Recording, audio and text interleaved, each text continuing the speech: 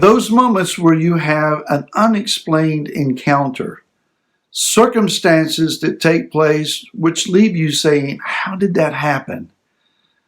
In those moments we realize someone greater than ourselves is actually in control.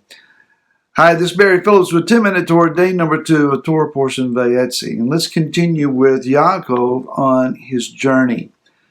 The word used to describe how he came to the Temple Mount area is Vayivka. He suddenly found himself there. He happened upon the place. It suggests to us that it wasn't actually a part of his destination, but rather a part of the route of his journey.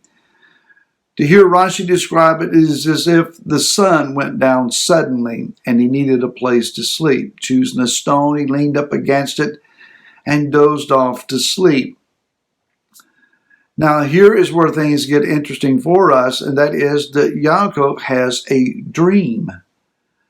One would question why something as important as the ladder between heaven and earth, this open portal that exists on this particular location, the fact that Yeshua stands at the top and that the Malachim Yahweh, the messengers of the Most High, are ascending and descending upon it, that this is Bet El, the house of Elohim.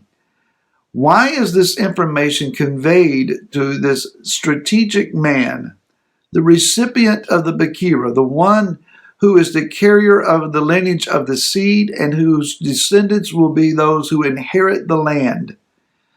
Why are these details and this information conveyed to him in something like a dream? Why not an open vision? Now, dreams can be, and often are at times, prophetic, visionary vehicles. Yah does indeed speak to his people through visions and dreams, and oftentimes through dreams alone. Why? Dreams can get all muddied up. Details can get fuzzy and blurred. Sometimes we see very, very clearly, but oftentimes there is a dream, and then there is that portion, that little spot in it to where it would seem Yah is saying something to us, but we don't understand why we did what we did later on in the dream. None of that seems to make any sense. We've oftentimes found ourselves getting in trouble, taking the makes no sense part and trying to make prophecy out of it, and it still doesn't make any sense. So why a dream and not an open vision? Abraham walked in open vision. At Elan Moreh, he saw the Most High by some visible something. We're not told what. Later on, we see that he entertains 3 who enter in at his tent's door. And he recognizes that one of them is representing Yud He Vav by some visible manifestation. He has this open vision conversation with Yud He Vav about the cities of the plain. He prays to this individual and intercedes to this individual. There is an open vision conversation going on.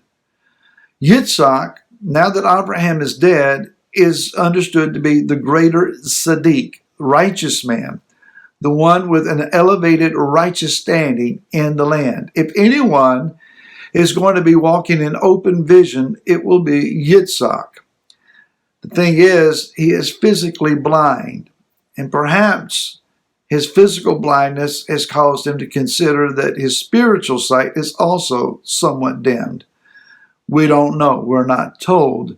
But again, he is walking at a higher level than his son Yaakov. Now, while Yaakov is indeed encountering the Most High at this particular location, and while he has been given the Bekira, a very significant, perhaps the most significant blessing, he's not there yet.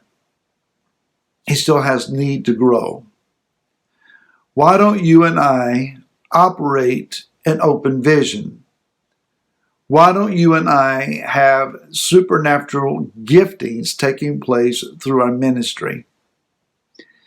Sometimes Yah does not answer our prayers immediately because we do not have the capacity to contain or operate in the answer. In other words, we pray for something and Yah wants to give us an affirmative answer and result, but then he has to grow us into the capacity of the answer. For example, if Yah were to release the gift of divine healing through someone's laying on of hands, would that individual have the capacity and the maturity to walk in it and not abuse it? Maybe that's one of the reasons that we're not seeing that operation take place. Maybe it's also true with other giftings.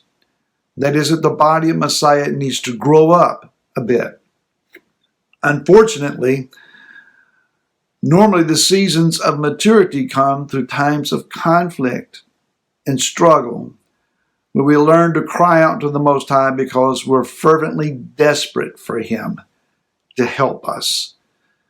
When things are easy and comfortable, when we're cooking around Mom's tent and watching the sheep and handling things, and life is good as it was with Yaakov previously, we're not looking for the encounter. Now that he's out there all by himself, he's willing to receive it. And man, does Yah show up.